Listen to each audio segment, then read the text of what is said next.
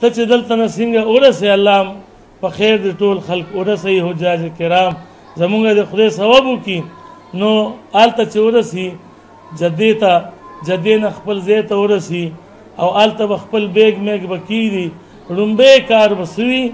چې لومبی کار به دی طواف کوي نیغ به لاړ شي خانه کعبې ته او په لاره چې دی څومره لبیک ویلی شي وایي به د طواف نه مخکې اودس ضروري دی چې دی به لامبي د اودس به کوي لمبا کې وکړه خو ډېره ښه ده که لمبا نی د چاردام اودس به خامخا کوي طواف دپاره اودس ضروري دی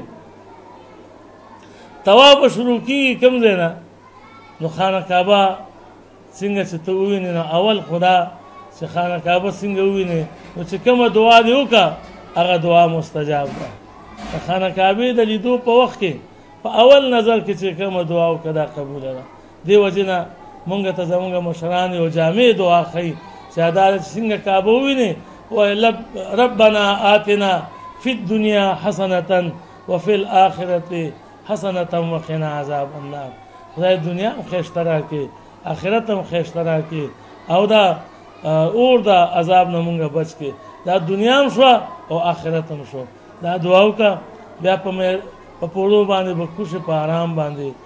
مطاف ته مطاف کوم ځای ته وایي کوم ځای کې چې طواف کوي د خانه کعبې نه نو خانه کعبې طواف به کوم ځای نه د خانه کعبې ته چې ورسېږي طواف شروع کې نو دغه نه د حجر اسود نه به طواف شروع کې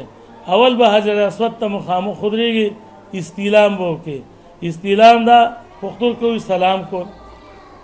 اول ښکلول دي که ښکلولی شي خو ښکل به کې حجر اسود کنی لاس به ورته ورسوي کنی لرې نه به لاسونه اوچت کې او بسم الله الله اکبر دا به ووایې دې نه مخکې به د طواف نیت وکړي چې طواف نیت کومه یا الله ماته آسان کې مانې قبول کړي دا به وشي نو یو چکر به تاو شي بیا به حجر اسود پورې راشي دا یو چکر شو بیا دویم چکر بیا دریم چکر بیا څلورم بیا پنځم بیا شپږم دلته چې طواف کې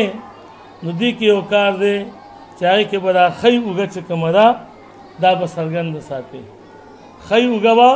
څرګنده ساتي څادر به داسې تاوی چې دا اوږه ښی اوږه چې کومه ده څرګنده وي او په ړومبو چکرو کې به لږه پهلواني کوي پهلواني ده چې لږ په تیز قدم په پنجو باندې به ځې که ممکنه وي او که رش وي نو په خپل عام انداز کې به راشي چې طواف شروع کړي دلته کې دا دریم ګوټ چې کوم دی لومبی ګوټ دا حجر اسود شو دویم ګوټ بیا دریم ګوټ بیا څلورم ګوټ د څلورم ګوټ دلته کې یو کاڼی دی هغې ته حجر اسماعیل وایي دې ځینه د دې څلورم ګوټ نه د حجر اسود پورې دې منځ کې به منډه نه وي دې کې به په ارام راځي د دې ځای پورې چکر کې کومه دعا چې کې او که د دې څلورم ګوټ نه تر حجر اسود تر ګوټه پورې دلته به دا مختصره دعا عمدا به کې ربنا آتنا فی الدنیا حسنة وفي الآخرة حسنة وقنا عذاب النار نو چکرې به وشي خو د حجر اسود ښکلول یا سلام به اته ځل شي ځکه چې په لومبي ځل هم دی او په اووم ځل چکر چې ختمیږي نو دا به هم شي دې ته استیلام د حجر اسود وایي دا اووه چکرې چې وشي بیا د هغې نه پس 2 رکعته نفل کول دي دا نفل به کوم ځای کې کې مقام ابراهیم هلته کې یو شیشه ده په هغې کې یو کاڼی دی چې هغې کې د ابراهیم علیه السلام د قدمونو چاپ هم دی دا ځای مقام ابراهیم دی دلته به 2 رکعته مونځ کې دا واجب دی که چېرې دلته ممکنه نه وي رش وي طواف زیات وي خلک نو بیا چې کوم ځای کې هم تا ته ځای میسر شو هغه ځای کې به 2 رکعته نفل وکړي د هغې نه پس بیا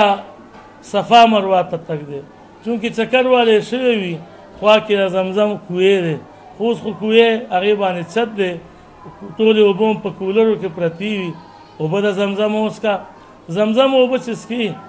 هغې کې ځان لپاره دعا وکړه ځکه چې زمزم اوبه شفا ده نبی علیه السلام حدیث مبارک دی ماء زمزم لما شربه د زمزم اوبه چې سله دې وڅښلې هغه حاجت به دې خدای پوره کوي د هغې نه پس بیا د حجر اسود سلام که ممکنه وي نو اوبه کې او بیا به صفا مروه طرف ته لاړ شي صفا مروه داسې مخکې هلته کې تیر نشان هم لګېدلی الی الصفا ټکی پې لیکلی شوی دی په هغې لاره به لاړ شي صفا یو خوا ده او مروه د دې تر منځه